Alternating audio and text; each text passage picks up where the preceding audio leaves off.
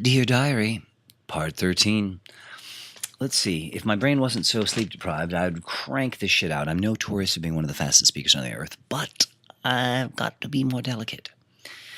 We were talking a little bit about how the judge fucked up and how our legal system is complete retard fest. Again, you can win your case if all the evidence is against you. You can lose your case if all the evidence is with you. And I gave you the example of the Judge Dawson in the Delfino case that's pending, siding with me. She backed me up, and I said out loud and proud, she was wrong on the law. Totally wrong on the law. What an idiot. But it works in my favor, but I'm not going to pretend the judge was right. The judge was a moron there. Wrong on the law completely. But there's nothing Delfino can do about it. Haha. And let me point out that it is kind of reckless of me to criticize people, judges and lawyers, while the case is still currently pending. Please learn from my honesty and my potential mistakes. Example. For instance, the prosecutors trying to railroad me could check out my YouTube stuff, and if they see things where I'm criticizing politicians or the judges or them, they might listen to all these diaries. Then they could say, or they could be listening to them hoping to get some kind of evidence of me contradicting myself. Good luck. That's my secret to winning every argument. If you never lie, you can never catch me in a lie. You see that trick I use? It's a little clever trick I learned. If I don't lie about anything, there's no fucking way you can catch me in a lie, asshole. So good luck. And that's why I'm so brash. And also my other secret is pick the side that's right. If you pick the side that's right, well, it makes your job a lot easier, right? If you're arguing that gay marriage is wrong, well, that's a lot of work because you picked the wrong side, fucktard. Now, just to show you how bad it can be, although in the end it could actually end up being good because it's illegal what some of these people do. In the second case, of the 2006 trials, I did at my sentencing, I was being sentenced in front of Judge Patricia Nunes, who is a super duper criminal, and the prosecutor, Duncan Levin, in Morgenthau's office. Duncan Levin, one of the sleaziest, he could be arrested 400, 500 times. Separate times for separate crimes in just my case alone. The guy cheated everything. It was impressive. It really was. He just lied and lied. He couldn't make up enough dumb lies. It was really remarkable. If you were to really look closely at all the shit he did, just take the transcripts of the shit he said in open court. Fucking gold, just stunning gold of just superhuman lies. But at my sentencing, this fucking piece of shit asshole, in the second case, for where I supposedly harassed City Hall's press office, he points out to the judge, I get to give a speech. When I'm being sentenced after I was convicted, I'm allowed to give a speech saying, please, I take care of in your defense, I can say whatever I want. I can say, please don't send me to jail. I'm taking care of my grandmother who's ill. There's a million variables again.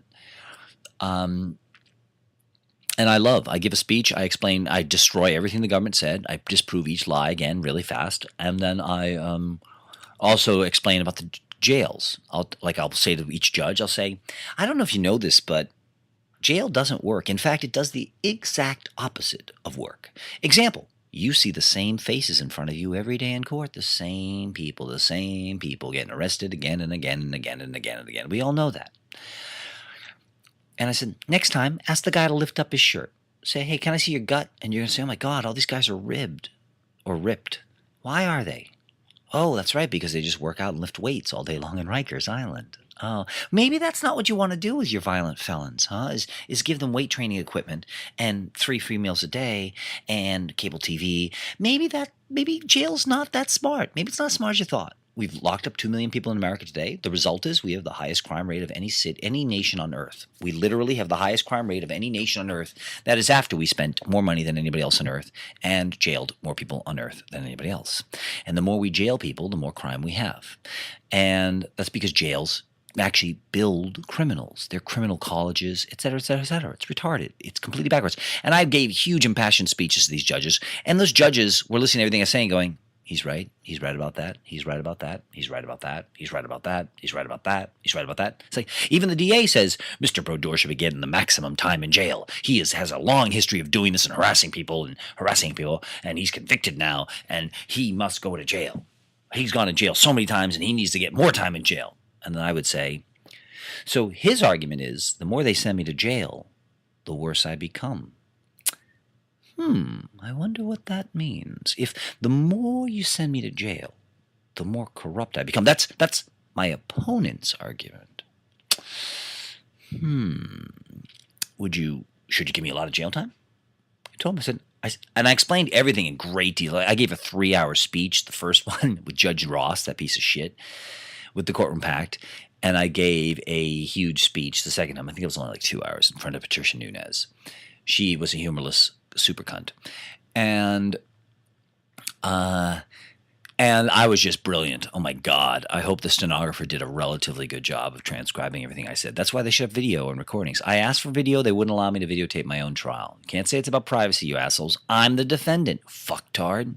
They didn't want cameras because they were planning on fucking railroading me in a kangaroo court, fucking African third world dictatorship bullshit.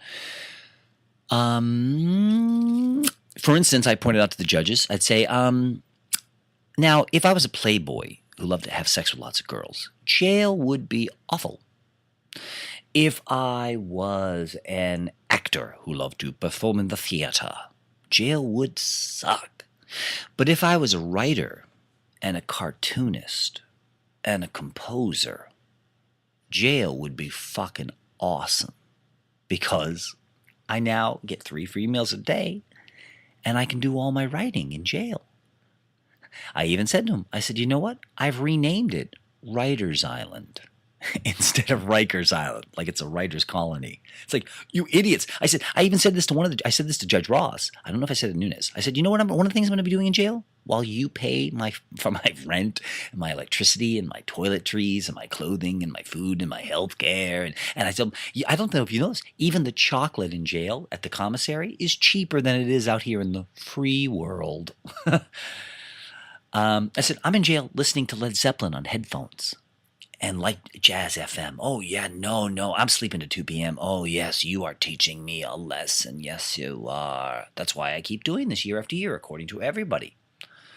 Maybe your plan didn't work.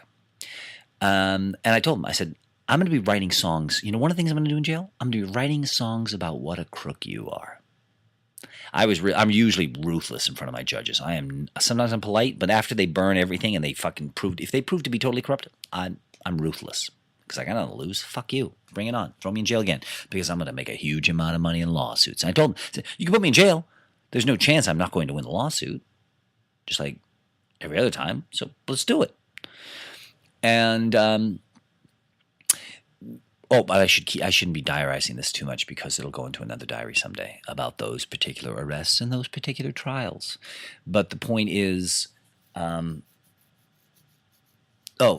real point was I was just giving you an example. At my sentencing with Duncan Levin and he's a special prosecutor too. Let me digress for a moment. All of my arrests for misdemeanor speech got special prosecutors. Now, that should have set off everybody's alarms, especially if you look up what the special prosecutor's jurisdiction and job duties are. Doesn't fit anything to do with anything I have to do with. Look it up. Go to the Manhattan DA's website. It's right there. List special prosecutor. Click it on. It'll tell you their jurisdiction. Not me. So why did I get special prosecutors? What was so special? Oh, that's right. I was exposing the lies of our super Nazi City Hall. Ding, ding, ding. Special prosecutor Duncan Levin was handling all my cases, which is weird because 2 of those 3 were supposedly civilian on civilian. Why would you need a special prosecutor for civilian on civilian misdemeanors? Oh, you might do that if you've been trying for 15 years to cheat a conviction against me.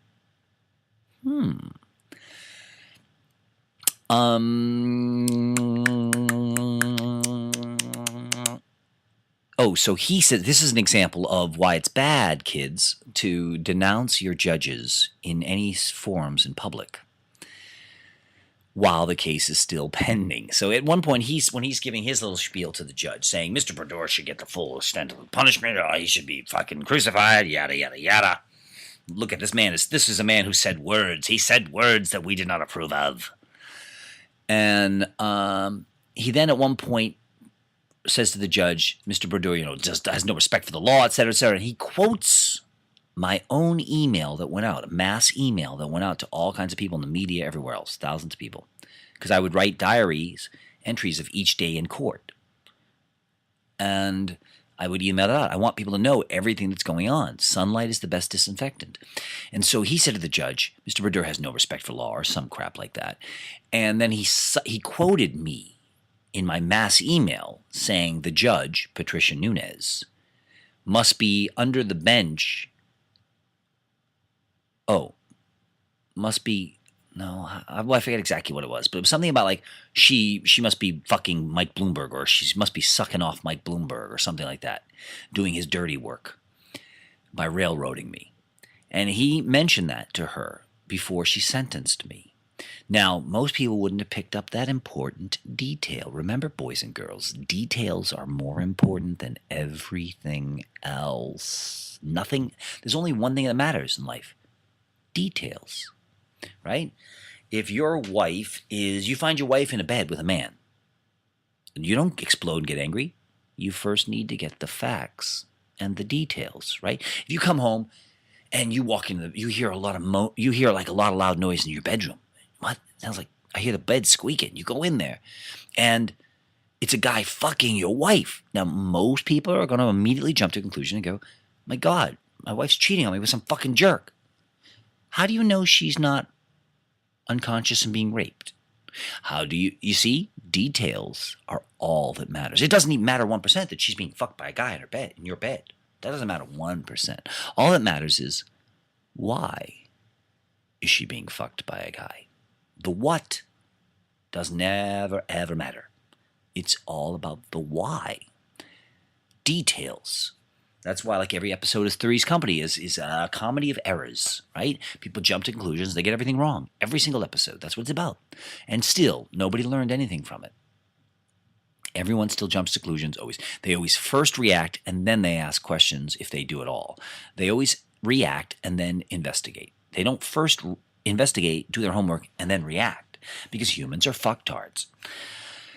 By Duncan Levin telling the judge that I had insulted her and said some very vulgar things about her in my mass email, prejudiced the judge. Now, you can't have prejudicial treatment in trials. We have a right to due process, which means fairness. It has to be a fair fight. So, for instance, example, people don't know this. If you bring me in front of the jury, you're not supposed to bring me in front of the jury with handcuffs. Do you know why? Because it prejudices the jury. The legal theory is, if they see you in handcuffs, it reinforces in their mind subconsciously that you're a criminal. You must be guilty. You're in handcuffs. You see? And that's not the way our legal system is supposed to work. The same with if you're going to be in front of a jury or even a judge. They're supposed to let you be able to put on a suit and tie so you could look respectable. Because it's prejudicial.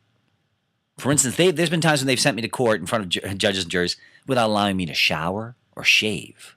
So I look like a dirtbag, you see? And that prejudices juries. Like here in New York City, one of the things we do is the police and the system is designed that they fuck you over and they treat you like a dog. Well, worse than a dog. You would literally be arrested if you did any of the things to dogs that you do to us in central booking, Department of Corrections, etc., in the NYPD precincts. When they usually will take they usually do not take my mugshot until I have spent 12 hours in jail on cold concrete floors, or sometimes longer. So you are bitter, exhausted, burnt out, dirty, etc., etc. So when they finally take your snapshot, your mugshot, You don't look like a good person. You look like an evil, evil Charlie Manson vagrant. That's one of the ways they game the system and they cheat it. Now, I could sue for that, and I might include that. The problem is, I mean, they can commit billions of crimes a day because they have hundreds of billions of dollars. How do you fight? You know what I mean? You can't. You'd need a zillion lawyers to fight this shit. You'd need a zillion lawsuits. There's just too many things to fucking include because they break every law, and everything they do breaks a law. Everything. That is prejudicial. Now, they could argue, well, the jury's not. Now, if the jury was going to see the mugshot, but they don't. The jury doesn't see the mugshot. So they might legally be able to say, well, it doesn't prejudice him as far as getting due process in a fair trial. I mean, yeah, it prejudices him in the eyes of society. When they see you looking like a dirtbag, that's why I have that song, Smile for Your Mugshot. But so they have to let you wear a suit and tie, even if you're in jail. You have to have a right. You have to be able to shower and shave. They have to let you shave before trial, because if you have facial hair, that would tell good, upstanding citizens on the jury that you are a dirtbag, a vagrant. You probably live under the bushes. You're probably in the bridge. You're probably a drug user. You're probably a scumbag. You look like a rapist. You look like a skell. You look like a deviant. Duncan Levin violated federal law, and he probably didn't notice it, and maybe the judge didn't notice it. I bet you I'm not the only one in that courtroom who noticed it, but it's possible I am. When he said, the judge, now, how does that have any effect on her sentencing me? It would instantly, if I said she was blowing Bloomberg in my email to all my friends and peers in the media, why does the judge need to know that? Now, he could argue, well, because he needs to see that he's a fucking incorrigible scumbag who has no respect for our legal process, our upstanding legal process. But what are the chances it would piss the judge off that I said she was sucking Bloomberg off and I was insulting her? It might have pissed her off as a woman, because even though I'd say the same thing to judges, and I have, she might say, oh, what a sexist thing. This Brodeur is a fucking asshole. He's even a misogynist. I'm going to fucking fuck him over. And so what he did was a federal crime right there. Nobody would have picked it up. Maybe a couple smart people in that courtroom. Hell, maybe even the judge noticed it. I doubt it. She was a real stupid cunt who knows nothing about law. But you see, that's a fun little fact there. That is prejudicial. It would taint the due process of the judge sentencing me based on the law rather than her anger and her personal hatred. So let's get back. Oh my God. I'm too exhausted to keep going. So let's see. Can we wrap this one up? There's a lot more crimes by the DAs in the current cases. We're supposed to be talking just about the 99 case with the 3 arrests by Harry Stuckey, a snake named Vox. Thief. We're going to push pause and think if there's a couple killer points we'd like to make before we wrap this up. Well, I guess I'll just go back to finishing some of the points I was making about the file that we got so far. This is the district attorney's own file of my case. It's humongous. It's got everything from the cartoons I did about Harry Stuckey to some of the legal documents that I lost that were stolen out of my bag that I desperately need. I was like, yes, thank you. I've got David Danzig's thing here. Yes. Even better, Tom Richard never did his affidavit, which he was supposed to give me so I could put everybody's affidavits together in the lawsuit to say, look, here's everybody's affidavits. These are their sworn statements, notarized statements about what happened. We all are on the same page. We need an order to show cause. Let's do this fast. We need some fucking justice. But almost everyone flaked. Only a few of my friends came through. Everyone else, Tom Richard was going to, and then he flaked. He put a bunch of things in his affidavit that were wrong. He made mistakes, and it was frightening. And he was unreasonable and wouldn't fix them. And I wish I could do a diary entry just on that. Outrageous how you just can't trust humans.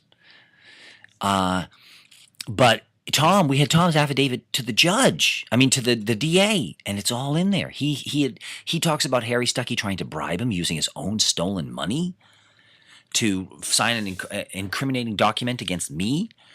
And now that's a crime. You can't bribe a witness in a criminal case or a civil case. And it's right there. She has it on paper. Tom Richard saying Harry Stuckey stole his money. It's grand larceny. And tried to bribe him. That's a felony. I said, it's like, when are you going to charge him? That's 2 more felonies there. You're going to enforce the law, right? You arrested me on fictional misdemeanors. You think you might arrest somebody on actual valid felonies. No, unless you're completely corrupt, Miss Wilson. Jessica Wilson, 718-250-2010. 718-250-2010. That's her. Leave a voicemail for her at night. And just ask, why didn't you arrest Harry Stuckey for stealing Tom Richard's $4,000? It's grand larceny. Most people don't know this. If I lend you $4,000 and you don't pay me back, that's considered also grand larceny. If you hold something that belongs to somebody else too, that's grand larceny. It's not just stealing flat out. But Harry did flat out steal it, and Tom said that. Why won't Jessica Wilson obey the law and arrest him? We didn't know this. In the file, we got the police file, the police files from some of Harry's arrests. And the police, right there, 2 different or 3 different cops attest to Harry Stuckey offering them bribes to let him out of jail because he had to catch a plane in the morning to go to Burning Man, which I paid for. I paid for all of this. And he offered them $1,500 immediately. And he said, as much as $8,000, I will make a donation to a college fund for one of you law enforcement agents' sons or children. A college fund. This isn't a bribe. Hilarious. Now, luckily, they didn't believe him. Oh, but so at one point, they said to him, Harry, how can we trust you? Will you put it in writing? And Harry put it in writing. Harry wrote with pencil. He wrote up, and it's Harry's handwriting, a contract offering up to $8,000 to a law enforcement officer if they let him out of fucking jail right now. That's a serious felony. Very few people bribe cops to get out of trouble. They let him go. That alone, they're going to, if I get in front of a civil jury, these people are fucked. They're just fucking cheating law left and right to protect this fucking rapist snake. And there's so much shit in the file like that. You could just arrest the DA over and over and over again. We're talking about hundreds and hundreds and hundreds and hundreds of federal crimes in their own documents. When I got that stash, I was like, oh my God, this is more incredible than I would have ever expected. Holy fuck. All these arrests of him. Remember, I told him he was a total crook who steals everybody's things. And then he gets arrested for grand larceny for stealing a laptop at the Apple store in the West Village. He's on surveillance camera stealing a laptop. That's grand larceny right there. Wacky. We said he was guilty of grand larceny in our cases. A year later, he's busted for grand larceny in a completely unrelated case. Then he's busted again. He was busted out in Long Island for fucking stealing a bunch of gloves from fucking Lord & Taylor. And still, all the DAs keep dropping all the charges against him. Now, considering he bribes people, and he always has, when I used to do carpentry from him, he told me, you always bribe people. You want people to do what you say, you fucking throw them extra money. It's that simple. Bloomberg learned it when he was young. Just throw people extra money, and they'll do whatever you say. You'll always be VIP. There's no fucking way he didn't make some donations to fucking Charles Hynes. Next fucking political campaign for DA. It's unbelievable. He might even have family connections because apparently his dad was politically connected. Don't know the whole story. Haven't had the time to fucking investigate all this shit. All we know is this. Jessica Wilson better pray somebody got paid, because if you're doing this, if you're helping a rapist and you're helping a fucking super felon who's committed thousands of crimes that you've witnessed, essentially, you better hope he's bribing somebody, because if he's not, you're the dirtiest fucking scumbag DA ever. A female DA helping a skeeve rape women and fuck 12-year-old prostitutes? Well, I don't think any of them chose to be hookers in Thailand. Outrageous. Holy fuck. Remember that. Prosecutor equals criminal. More shit some other day. I have court next week. I may be going to jail again. We'll see. Unfucking believable. End of part 12, is this? Oh, I'm exhausted. Fuck the world. Humans are the root of all evil.